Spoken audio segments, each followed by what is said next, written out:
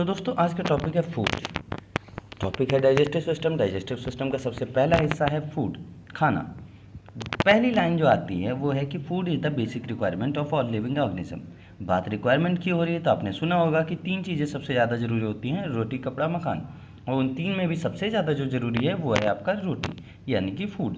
किसी भी living organism के लिए खाना सबसे बेसिक रिक्वायरमेंट है। अब बात करते हैं कि वो खाने हम पाते कहाँ से हैं। तो खाना पाने के लिए 2 तरीके हैं। पहला, या तो हम उसे किसी और से ले लें या तो हम उसे खुद बना लें। अगर हम खुद बनाते हैं उसे बोलते हैं हम लोग ऑटोट्रॉपिक। अगर किसी और से लेते हैं तो उसे बोलते हैं हेटरोट्रॉपिक। अब खाने को जब हम अंदर लेते हैं खाते हैं, तो उसको आधार पे भी हमने खाने को 2 हिस्सों में बांट रखा है। खाना जो हम खाते हैं या तो हम उसे मेजर क्वांटिटी में खाएंगे या तो माइनर क्वांटिटी में। बात मेजर क्वांटिटी की हो रही है यानी कि ग्राम में बात हो रही है।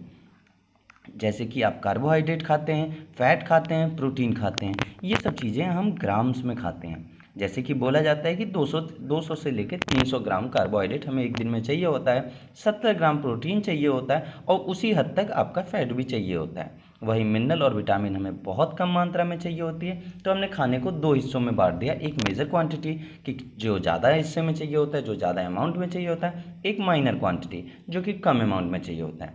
मेजर क्वांटिटी में आते हैं आपके कार्बोहाइड्रेट, फैट, प्रोटीन, वहीं आपके माइनर क्वांटिटी में आते हैं मिनरल और विटामिन। इसी के साथ हम एक चीज़ और जानेंगे जो कि है वाटर। हालांकि ये हमें एनर्जी नहीं प्रोवाइड करता, लेकिन उस एनर्जी में बहुत बड़ा हिस्सा अदा करता है, बहुत इंपॉर्टेंट रोल है इसका। तो वो भी हम देख लेते हैं वाटर का क्या रोल है। Water doesn't provide energy but help in metabolic process यानी कि जो सेल के अंदर खाने को एनर्जी में तब्दील की जाती है उसी को बोलते हैं मेटाबॉलिक प्रोसेस। तो ये हमें एनर्जी तो नहीं देता पर मेटाबॉलिक प्रोसेस में बहुत ज़्यादा ज़रूरी है। जब बात मेटाबॉलिक प्रोसेस की करेंगे तो वाटर के साथ साथ विटामिन और मिनरल भी उसमें रोल प्ले करते हैं। उसके साथ साथ हम एक लाइन यहाँ पे और पढ़ सकते हैं, it prevent dehydration of body. ये बॉडी को डिहाइड्रेटेड होने से बचाता है। पानी हमारे शरीर में बहुत तरीके से लॉस भी किए जाते हैं, बहुत अलग अलग तरीके से हमारे शरीर से बॉडी से वाटर लॉस होता है। उसमें कुछ प्रोसेस हैं जैसे कि स्वेटिंग, कुछ यूरिनेशन, एक्सपायरेशन, डिफिकेशन, पसीने के माध्यम से, पेशाब त्यागने के माध्यम से, या फिर जब हम सांस छोड़ते हैं उसके भी माध्यम से, और जब हम मल त्यागते हैं उसके भी माध्यम से।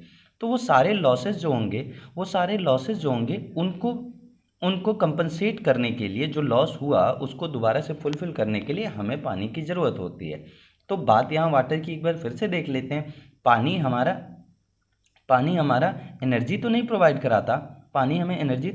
करता, पर मेटाबॉलिक प्रोसेस में एक रोल प्ले करता है, हेल्प करता है। और बाकी जो हमारे बॉडी में वाटर का लॉस होता है, डिहाइड्रेशन होता है, उसको भी बचाता है। हालांकि बचाता नहीं है, उसको फुलफिल करता है। आप बुकों में पढ़ोगे कि प्रिवेंट डिहाइड्रेशन, नहीं, डिहाइड्रेशन हम प्रिवेंट नहीं कर पाते हैं, डिहाइड्रेशन को फुलफिल कर लेते हैं। क्योंकि स्वेटिंग तो आपकी होगी ही होगी, यूरिनेशन तो आप करेंगे ही करेंगे, एक्सपायरेशन भी आप करेंगे, डिफिकेशन भी करेंगे, तो वाटर का लॉस तो होगा ही। उस लॉस को हम लोग फुलफिल कर लेते हैं वाटर को इनटेक के माध्यम से, पानी पीने के माध्यम से हम उस डिहाइड्रेशन को फुलफिल कर लेते हैं।